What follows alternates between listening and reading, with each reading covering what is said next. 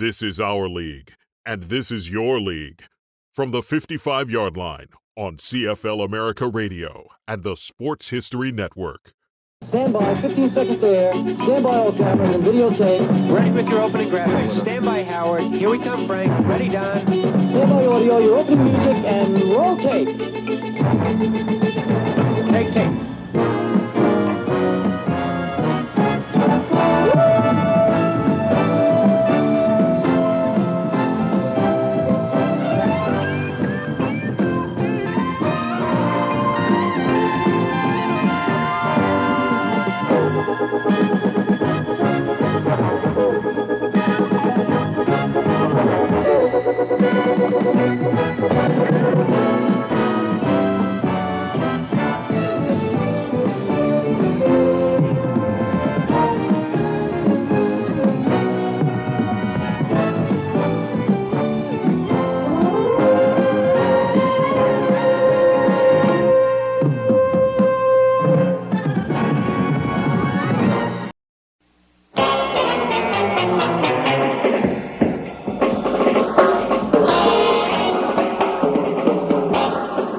For most of them, it was the happiest moment of their lives.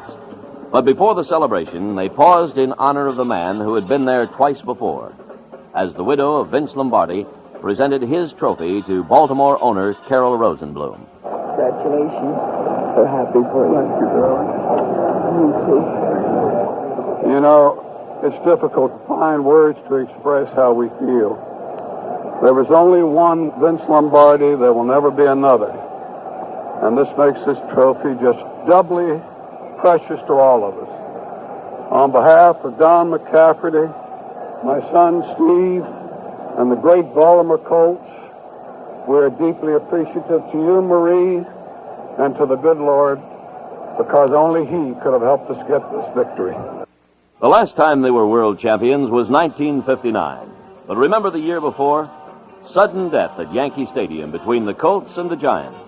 It was called the greatest game ever played. 10 seconds left to go. Mario will attempt the field goal from the 20-yard line. Here's the boot. It is high. It is good. He makes it.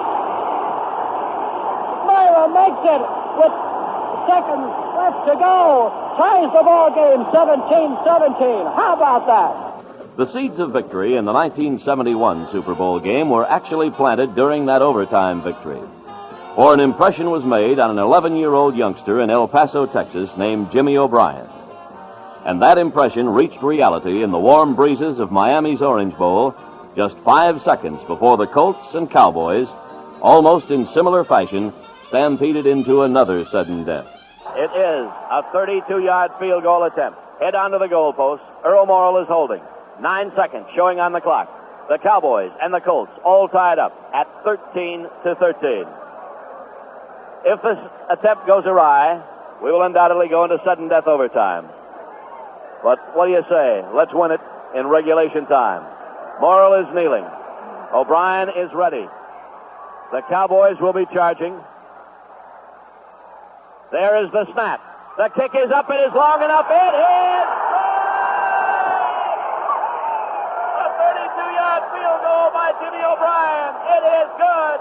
And the Baltimore Colts have just won themselves a Super Bowl if they can last out the last 5 seconds. He nailed that one. It went clear up into the stands. There was no question about it, Blaze. He put a lot of foot into that one. A few seconds later, it was official. And the Baltimore Colts, under Coach Don McCafferty, are 1 second away from winning the big one. Morton has the team at the line, takes the snap. He's going back to throw. He gets the long pass away, and it is intercepted by the Colts. The ball game is over. Intercepted by Jerry Logan, the last play of the game, and I guess it was just not to be for the Dallas Cowboys. And the Baltimore Colts have won the Super Bowl, Super Bowl V, by a score of 16-13. The Colts over the Cowboys. After 11 long years, the Colts were back. They were champions. The usually cool, steel-nerved 23-year-old rookie kicker revealed a layer of emotion under his normally thick outer crust. I can't really describe it. Matter of fact, it made me cry, and I usually don't cry very much. I'm usually pretty sullen. And I can't really describe it. It's the greatest thing in the world. That probably ever happened to me as long as I live. I kept my head down, which was unusual. And I guess it went through. It kind of curved to the right a little and then went back through the middle. And for 36-year-old Earl Morrill, a loser on the same field 2 years before, the vindication was particularly sweet. It's a long time since that last one, and I tell you, this is what we've worked for, and it's a great feeling being on this side, on the winning side, and I'm just happy to be here. I tell you, I hate to see anything happen to Johnny. I just, for myself, getting a chance to come back and play, and we come out on the winning side. Our defense did a tremendous job. Got us that ball back and put us in that scoring position. I'm just tickled pink about it. It's a great feeling. The question marks were there before the season began, and they haunted the team right up until the final Sunday. A so-so record in 1969, aging quarterbacks, new conference, 8 new opponents, inexperienced head coach, erratic kicking, suspect defensive line, and a weak running game. Before the season, in a surprise move, the inexperienced O'Brien was installed as the Colts field goal kicker. Unknowingly, the blueprint to the Super Bowl was beginning to take shape. The march to the title actually began against San Diego on September 20th. It's now field goal time. And Jim O'Brien, a rookie, who has booted 2 field goals in this game already, will be out to attempt. The clock stopped with 59 seconds remaining. And very early in this game, he booted one from close in. The officials waited a long, long time, then signaled it was no good. He has 2 out of 3. He will attempt this one from the 28-yard line. Slight angle to the right. Earl Morrill kneeling. Tension is mounting. Morrill holds out the hand. There's the snap. The kick is up. It's long enough. It is good. And the Baltimore Colts are out in front by a score of 16-14 over the San Diego Chargers on a 28-yard field goal by Jim O'Brien. The Colts' 16-14 win was costly, however, as durable Tom Matty twisted his knee. My knee popped out, so they don't really know what's wrong right now. All they call it is a sprained knee, so I think it's going to be at least a couple weeks, but I'm going to be back in there. Make sure of that. Re-injuring the knee against Boston, Matty's season would be one of frustration. Hoping for 2 in a row, the Colts welcomed Kansas City for a Monday night game at Memorial Stadium and came out on the short end of a 44-24 decision that left players and fans in a state of disbelief. The Chiefs, humbled by their Super Bowl victim Minnesota the week before, scored early and often. Interceptions and a devastating Kansas City pass rush led by Mays, Buchanan, Brown, and Culp left Coach Don McCafferty picking up the pieces. It was just one of those games that we've been involved in before, both on the winning side and the losing side, where we beat some team 56-0, and we weren't that better than they were. And that was one of those things that happened that night. No matter what Kansas City did was right, and no matter what we did was wrong. There's no use looking back. That's not going to help you. You have to look forward to the next week. The Orioles-Reds World Series game forced the Colts to switch their Sunday clash with Boston to Harvard Stadium. 4 of their first 5 games would be away from home. Joe Kapp had just signed with Boston, and the Patriots were sky high. After a scoreless first quarter, Earl Morrill began to move the team. Double wing to the left now. 3rd and 7 at the Boston 13-yard line. Morrill back to throw. Takes the snap. Spots his man. Fires into the end zone. Complete for the touchdown to Ed Hinton. He got in front of Darrell Johnson. Johnson lost him there someplace, and Hinton takes the pass for a 13-yard touchdown. The Colts led 7-6 after 3 quarters. Then, with 1 minute and 52 seconds left in the game, the incomparable Unitas, a veteran of pressure situations, faced a crucial down. Well, we head into the final 2 minutes. The Colts clinging to a 1-point lead, 7-6 over the Boston Patriots. And a tough battle here this afternoon. Colts in possession, 3rd and 2. Just short of the Colts, 45. Unitas takes the snap. The handoff, fake handoff to Maitland. Pass downfield to Roy Jefferson. He goes at the 30, the 25, the 10, the 5, and he's going in. Johnny Unitas did a beautiful job there of faking. Maitland into the line. All of a sudden, Jefferson crossed over. He was wide open, and Unitas hit him, and Jefferson outran Darrell Johnson to the goal line. And the Colts broke it open quickly with a 55-yard scoring play. And the Colts walked off the victors 14-6. The following week at Houston's Astrodome, it was raining on the outside, but conditions were ideal on the inside, as the Colts made it 3 out of 4 with a 24-20 comeback win over the Oilers. With seconds left and the outcome in jeopardy, the cool, loose Unitas calmly went to work. Unitas takes the snap, goes back to throw, looks downfield, set, fires long, into the end zone. It's complete! Complete for a touchdown to Roy Jefferson! The Colt offensive line had its best game against Houston. Center Bill Curry noted the improvement. And as far as the offensive line communicating with each other, I'll tell you, we've been communicating with each other all week because we've been getting a lot of abuse from our fans and from the press, and unfortunately we deserve it because we haven't been protecting our passers. And if I'm not mistaken, John was not tackled a single time for a loss today. He may have been rushed a couple of times. I don't know until I see the films, but we talked to each other all day about keep him out, give John time, and with the kind of receivers we have, and with John being able to throw the ball as well as he does, we know that if we can do our job, we're going to get a lot of points. Now it was October 18th, and the game they had long awaited. The celebrated rematch with Joe Namath and his New York Jets. And after 2 years, Baltimore fans found room to cheer. The Colts led 17-0 when Namath took to the air lanes. Clicking on 34 out of 62 tosses, Broadway Joe suffered 6 interceptions by the alert Baltimore defense, 2 of which went for touchdowns. Joe Namath in the white shoes gets behind the center. Long count. Takes the snap, goes back to throw on first down, and it's batted down by Bubba Smith and then intercepted by Jerry Logan going into the end zone for a touchdown. Bubba Smith blocked that ball off his fingertips right into the hands of Jerry Logan, his second interception of the season, and Logan takes it 24 yards for the touchdown, and the Colts are out in front by a score of 9-0. Namath takes the snap on third down, back to throw again. Flip. Intercepted by Bob Grant down the sideline to the 10, the 5, and he's going for a touchdown. Bob Grant comes up with his first interception of the season and goes about 28 yards for the TD. Interception by Bob Grant, and the Colts are out in front 26-5. The Jets were destroyed, and Namath's season ended abruptly with a broken wrist. Returning home the following week, the Colts made it 2 straight over Boston, this time winning 27-3. Unitas played no favorites with his receivers. Unitas fakes the handoff, lost a pass to Maitland, and he's going in! Johnny Unitas gambled again. He faked the handoff, turned around. Maitland was slanting off to the right side. There was nobody there, and Unitas just flipped it to him all alone. He goes into the end zone, and the Colts are out in front 9-3. Colts are at the Patriots' 14.5-yard line. 52 seconds remaining in the first half. Colts with a 7-point lead, 10-3 over the Boston Patriots.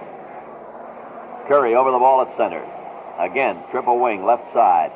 Unitas takes the snap, back to throw, looks for Jefferson, fires downfield. It is complete in the corner of the end zone for the touchdown to Roy Jefferson. Third down, just about a yard to go now. Has him set now. And he's going back to throw on third and short yardage. He's throwing for the corner, and it is complete in the end zone for the touchdown to Jimmy Orr. Jimmy Orr beat Darrell Johnson on the play. Takes it for the touchdown. The Granite Colt defense, led by Bubba and Billy Ray Smith, Mike Curtis, Fred Miller, Ray May, Rick Volk, and Jerry Logan, was also coming of age. The season's midpoint was reached in glittering style, a 35-0 whitewash of Don Shula's Miami Dolphins. In handing Shula his second consecutive shutout, the Colts discovered a new weapon. Seipel standing at his own 38 to get the kick away. Gardine standing at the 10-yard line as the safety.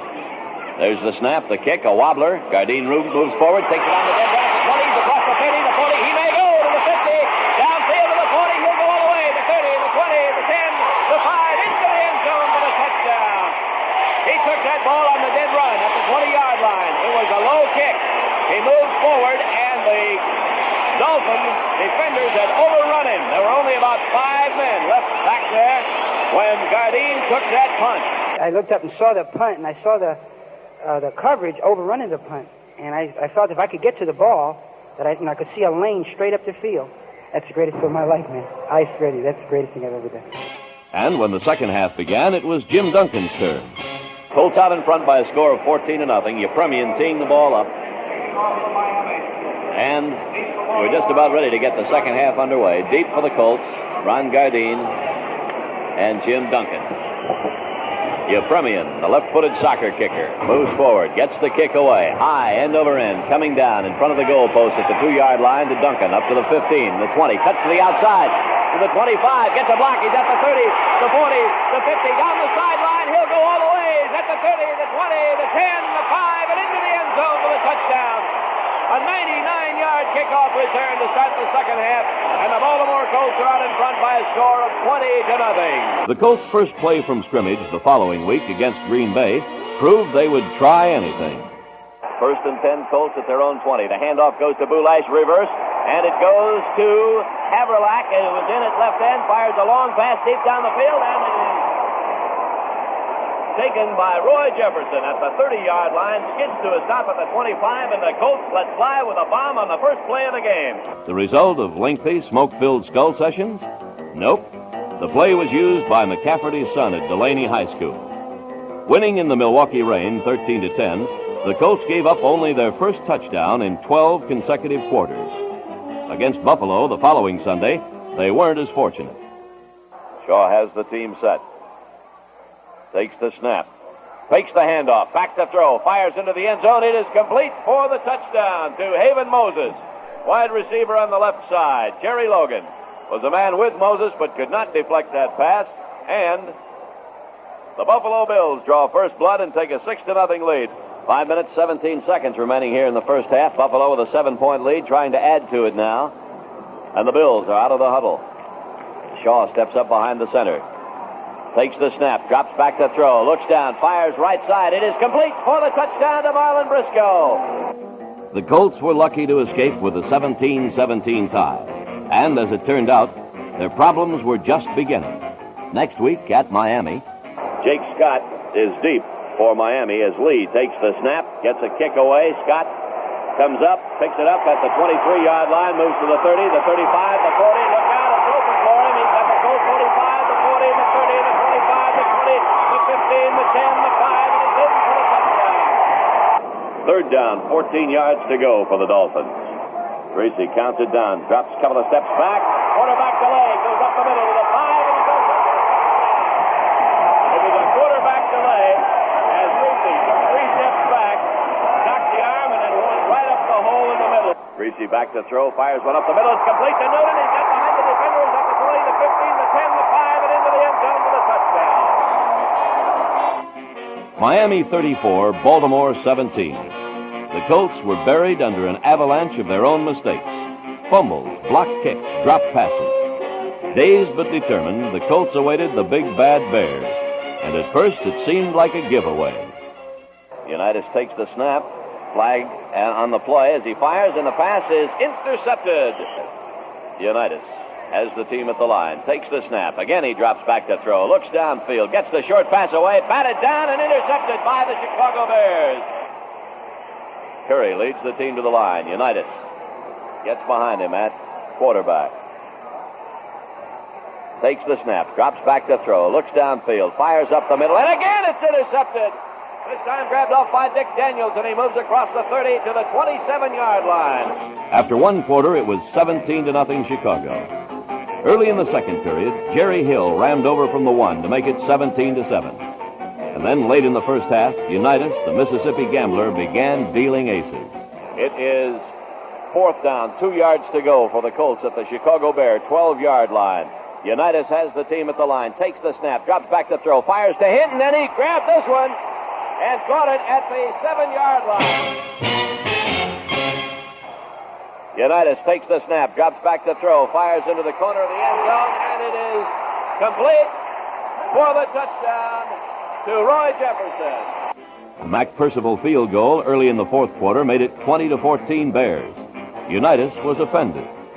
4 minutes remaining in the football game. Unitas has taken them to a first down on the 46. Now he's back to throw. Fires another one. It's complete to Mackey. And he may go. He is going all the way for the touchdown. Result? 21-20 Baltimore. The ship had been righted despite an injury list that read like a battlefield casualty report. On the eve of the December 6th Philadelphia game, the Baltimore players held a closed-door meeting. The outcome was a 29-10 victory and the best-played game of the season. Linebacker Ted Hendricks commented on victory number 9. No, I think it was that meeting we had the other night. I think everybody was ready to play this game and really take the fight to Philadelphia, not let them get the first score and come on and give us a hard game about it. We really wanted to put it to them. And I think this is what we've lacked in all of our games this year, is that we get ahead of a team and then we'll say, well, our job's done, and we'll just coast on out to the end of the final gun.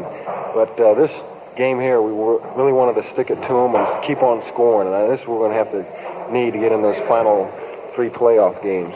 The Running Hosses clinched the AFC Eastern Crown on a snowy afternoon at Buffalo's War Memorial Stadium, 20-14, with 2 O'Brien field goals providing the margin of victory.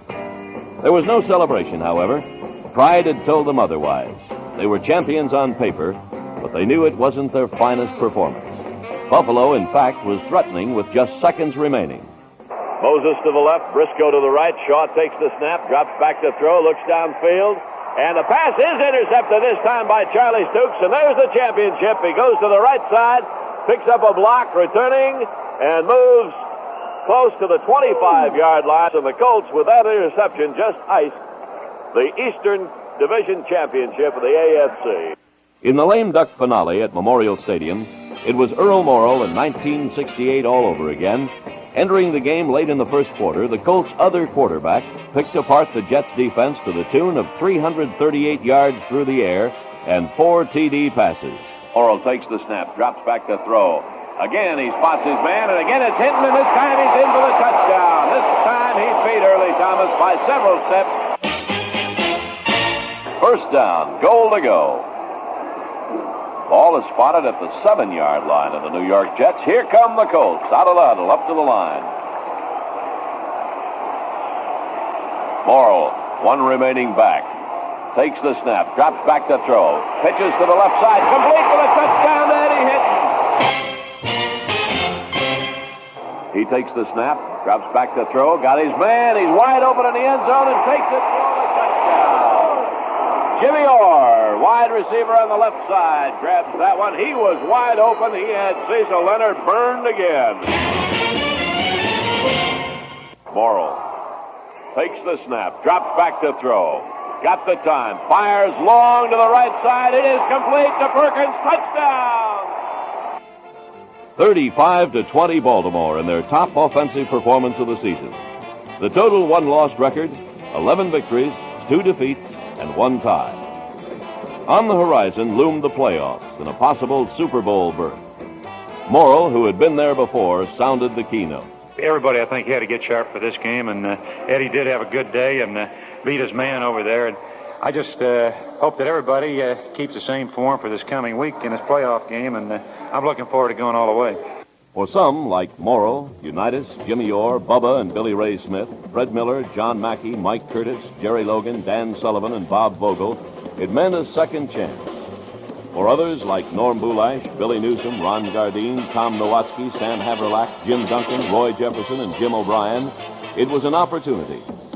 For all the Colts, the pot of gold waiting under the Super Bowl rainbow was clearly in focus. This time, they vowed they would not fail.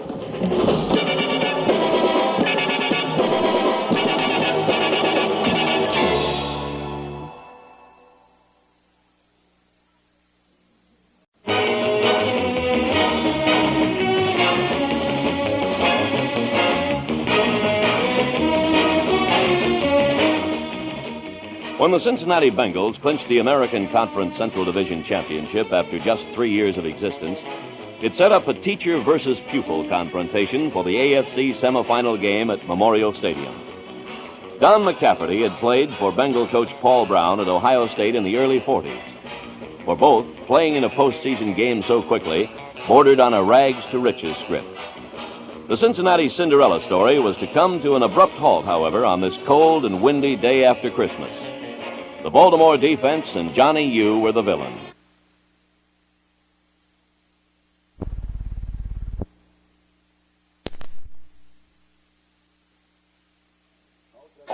Unitas takes the snap. Short one up the middle. Complete to John Mackey across the 45 to the 46-yard line. Unitas has them set. takes the snap. The handoff goes to Bulash. Up the middle, shooting for that first down. And he broke one tackle at the 48-yard line, across the 50, down to the 46-yard line of the Bengals. Unitas back to throw. Spots his man, fires downfield. It's complete to Jefferson, and he goes in for the touchdown. With the score 7-0 Baltimore in the second quarter, Jimmy O'Brien did what he knows how to do best. Long and into the wind. Now we're set. There's the snap. The kick is up. It is a wobbler. It is long enough. It is good. Just drops over the crossbar, and there you had a 43-yard field goal. 10-0 Baltimore, and the struggling Bengals had yet to register their second first down. With defensive plays like this, it wasn't difficult to see why. Carter has the team set 1st and 10 at the 35 for the Bengals. The handoff goes to Robinson. Sweep to the right side. He is in trouble. Mike Curtis is there and runs him out of bounds at the 30-yard line, a loss of 5. There's the snap. The ball is placed. It is blocked by the Colts, rolling toward the far sideline and out of bounds. Carter begins the count. Takes the snap. Rolls out to the right side. He is in trouble, and Bubba brings him down back at the 5-yard line, a 10-yard loss. In the third quarter, the 37-year-old Unitas, unable to spot a receiver, suddenly became a kid again. Well, we'll see what Johnny U does on a 3rd and 9 situation. Perkins goes wide to the right. Hinton split out on the left side. Backs divided behind John. Takes the snap, drops back to throw. Good pressure on him. He's in trouble. He's going to have to run it now. Straight upfield. He's across the 45 to the 50, down to the 45 to the 43-yard line of the Cincinnati Bengals. What did Johnny Unitas do? He decided to convert that one all by himself. The highly touted Bengal running game, averaging 147 yards, amassed only 63 yards all afternoon. And when Virgil Carter tried to pass, Carter has the team at the line. Counts it down, takes the snap, drops back to throw, looks downfield, pumps once, fires, and it is intercepted by Mike Curtis. Mike Curtis picks that one off in Colt territory at the 48-yard line. It was intended for Bob Trumpy, and for Curtis, that's his 6th interception of the season, number 26 for the Colts as a team. Unitas completed his day's work in the fourth quarter in a 3rd and 18 situation. Unitas takes the snap, back to throw. He's got the time, fires. It is complete to Hinton at the 35, across the 30 to 25. He'll go, the 15, the 10, the 5, and he's in for the touchdown. Final score, Colts 17, Bengals nothing. The Bengals, like their baseball counterparts, the Reds, had journeyed to Baltimore and departed a loser. For rookie Norm Bulash, it marked his greatest game as a pro. Running for 116 yards, it was the first 100-yard-plus effort by a Colt back since 1969. It's a great feeling. I don't know what to say. The guards were blowing it. The line was just blowing them back, and all I had to do was run around in. I was up for this game. It was just a feeling. You're just getting a chance of playing a championship game, and I think everybody was up for this game. It was really something. Everybody, you could feel it in the atmosphere. The top 3 Cincinnati runners were held to a total of just 37 yards rushing. One of the reasons was gigantic Bubba Smith. That's beautiful, man. You got 11 guys out there. They talk about our team not playing good ball, our team being old, but we got a lot of good ball players on our team, and a lot of ball players that want to win, and they want it just as bad as I do, and I think they're going to be giving it all they got the rest of this series. On the following afternoon, the Oakland Raiders down Miami 21-14, setting the stage for the January 3rd AFC title game at Memorial Stadium, the first championship game at home for Baltimore since 1959. With the Colts leading 3-0 in the second quarter, David Lee was forced to punt. There's the snap. Takes it, gets the kick away. It is a beautiful high spiral. Atkinson takes it and fumbles and falls on the ball. It squirts away. It's at the 45-yard line of the Raiders, and we'll see who recovered. Big pile up, all the Colts motioning, and they did recover. Just 2 plays later, Colts out of the huddle, up to the line of scrimmage. Unitas takes the snap, fakes the handoff, back to throw, fires. The pass is complete to Hinton at the 25, to the 20, to 10, the 5, and it stopped at the 3-yard line. First and goal to go for the Baltimore Colts, and the Colts brace are playing fine football this afternoon. We're a couple of yards from pay dirt. Unitas has the team at the line. It's an I formation now. First time we've seen that. The handoff goes to Bulash, second man through. He is in for the touchdown, and the Colts are out in front by a score of 9-0. Raider quarterback Darryl LaMonica pulled a hamstring in the second period, and to the rescue came the 43-year-old miracle man, George Blanda. Blanda, who has played pro ball in 4 different decades, had bailed out the Raiders time after time in 1970. And it looked like the Colts were in for more of the same. A 47-yard field goal attempt by George Blanda. The angle is to the right. The ball is snapped. The kick is up. It is long. It is good. George Blanda. Blanda fakes the handoff. Back to throw, and he is hit just as he unloads. It is far downfield, and it is complete for the touchdown to Biletnikoff as Charlie Stukes fell down in his pursuit. Stukes slipped and fell at the 6-yard line. Biletnikoff waited, took the pass, and went in untouched. After an O'Brien field goal broke the deadlock, making it 13-10 Baltimore, wise Dr. Unitas, a youngster in comparison with Blanda, began manipulating his surgical tools. Unitas looks over the Oakland defense as he moves up behind Bill Curry.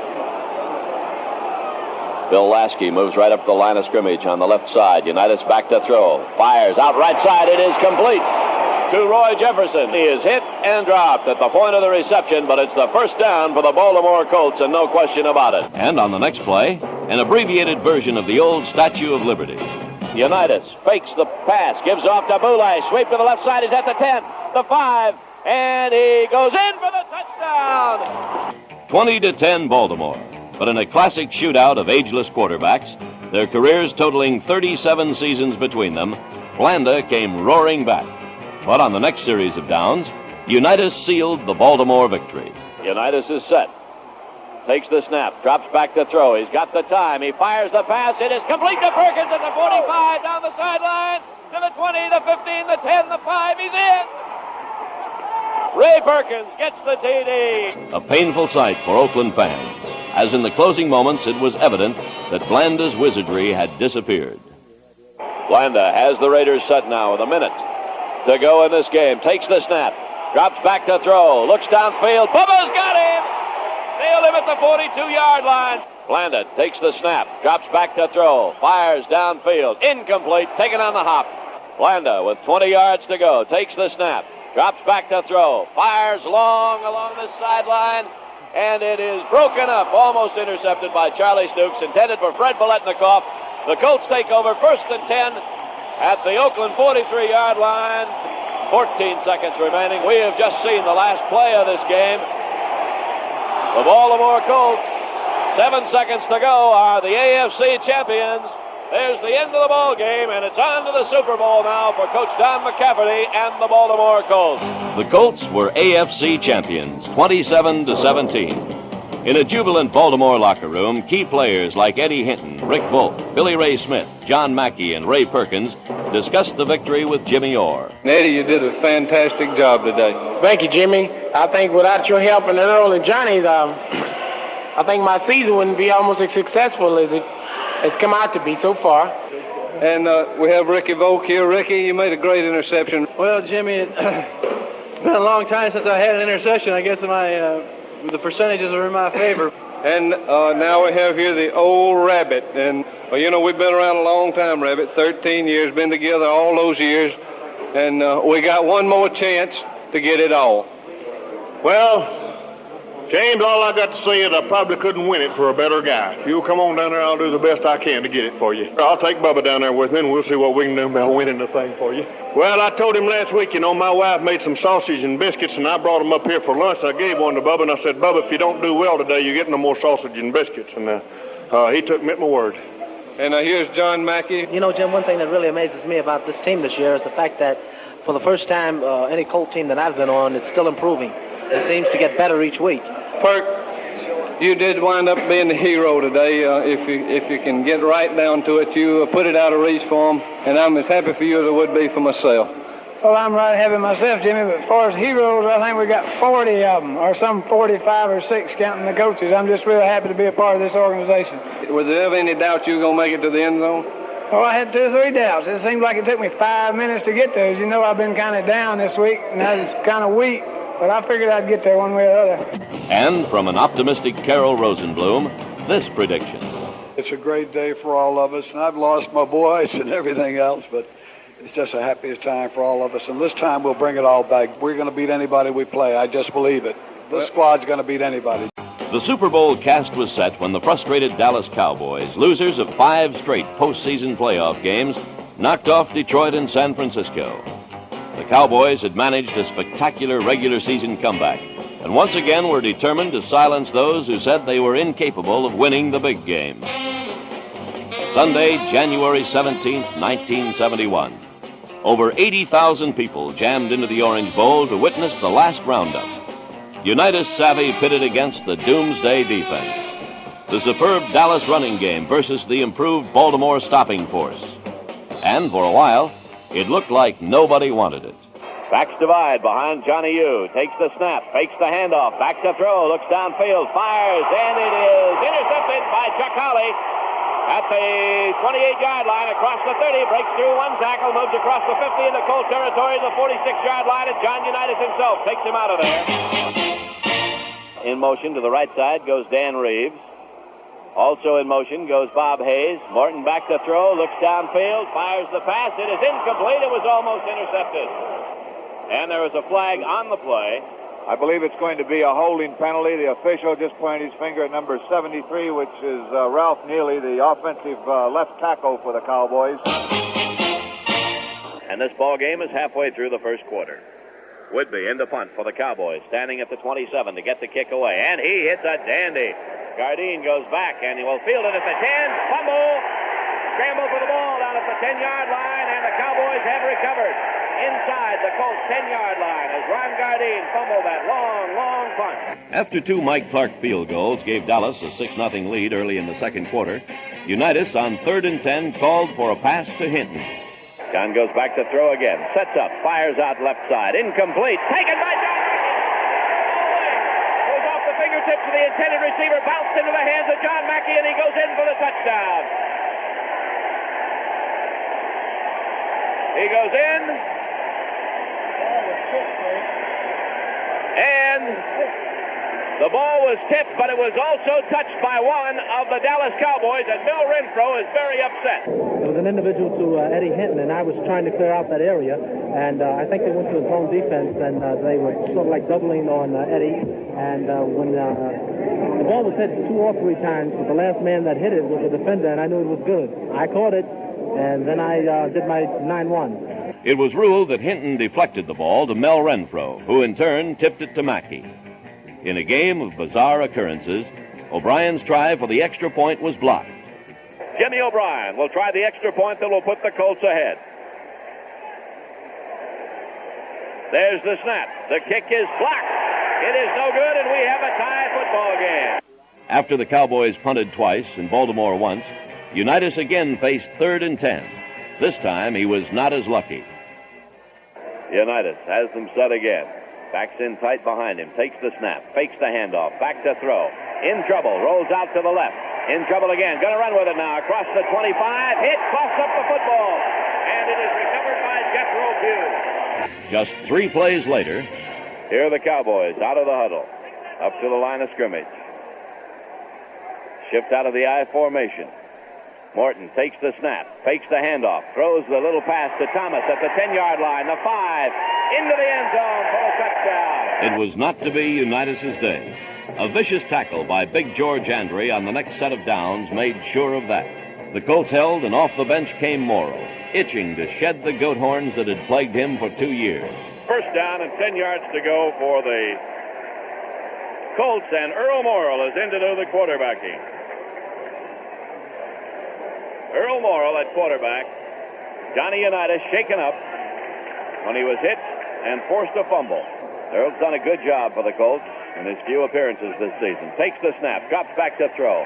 Fires one upfield. It is complete to Eddie Hinton at the 30-yard line, down to the 25 of the Cowboys.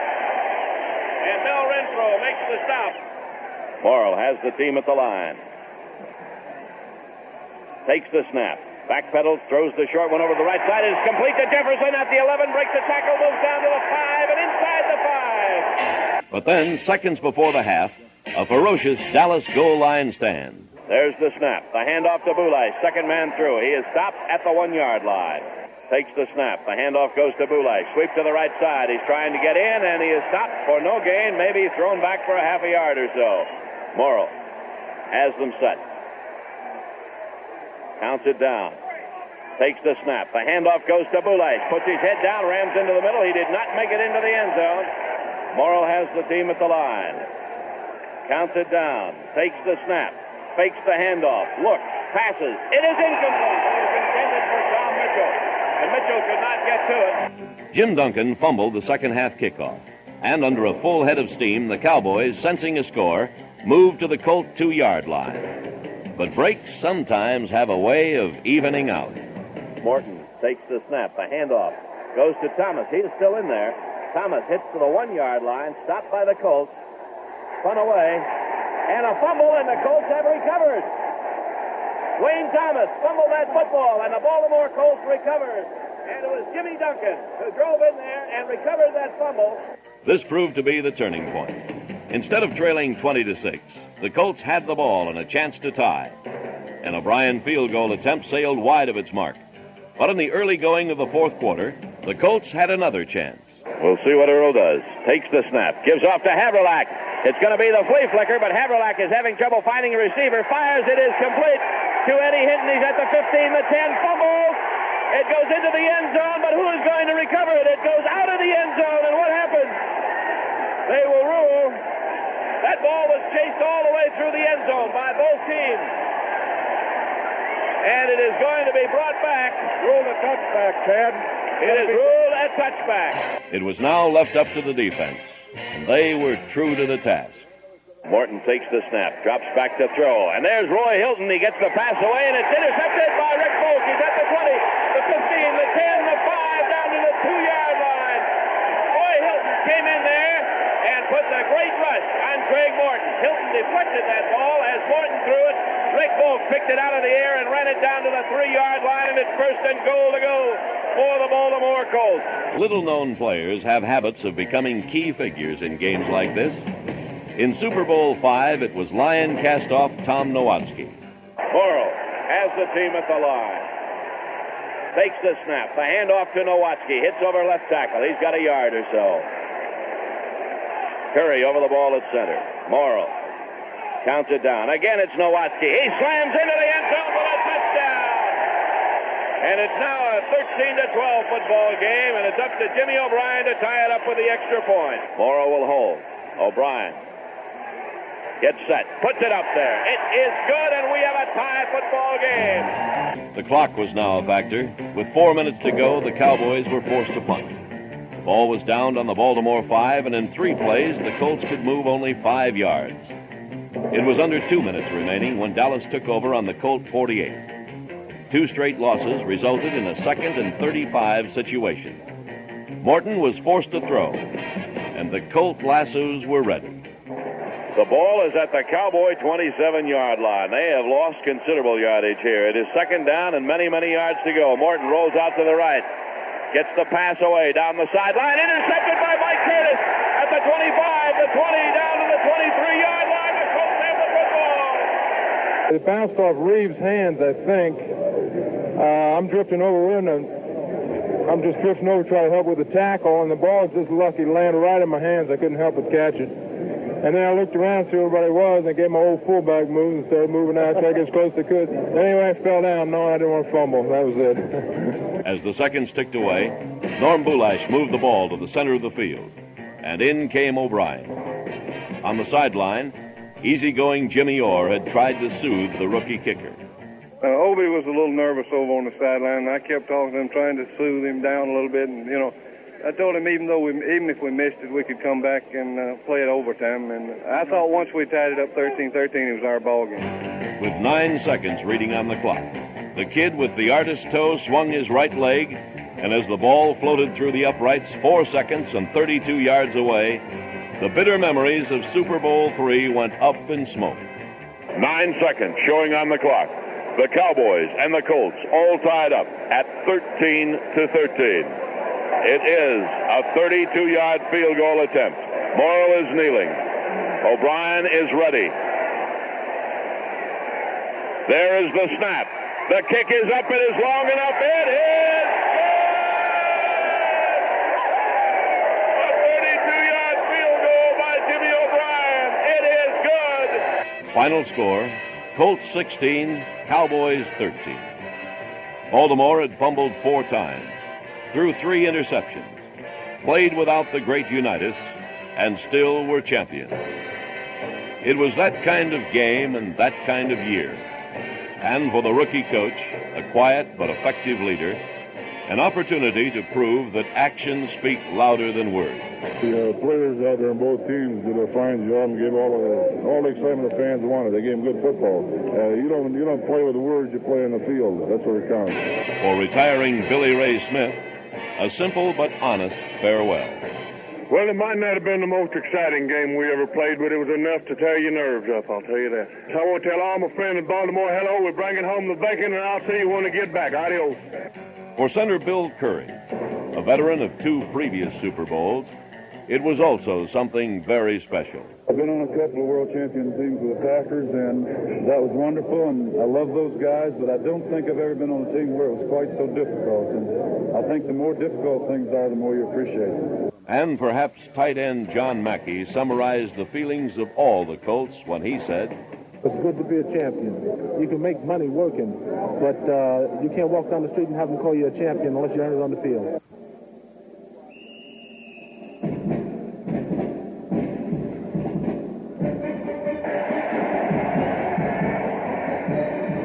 The writers branded the Colts a team of destiny, a well-balanced unit that seemed to play just well enough to win. Win they did, as their 14 victories will attest. A team that refused to give up, that meshed the character of men like Morrow, Unitas, Mackey, and even Tom Matty into a relentless drive to a Super Bowl victory. The crusade was complete. The Baltimore Colts, world champions.